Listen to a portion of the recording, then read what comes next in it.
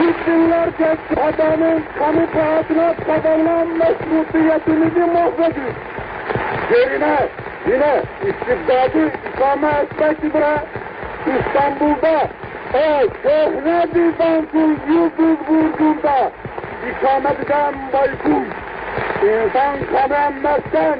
öksüz yetimlere gözyaşı döktürmekten mütenezzih olan Hamid,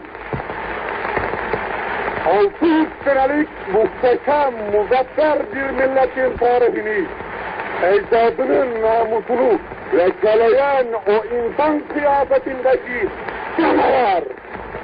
İstanbul'da arzu taburlarını ifade ettirmiş,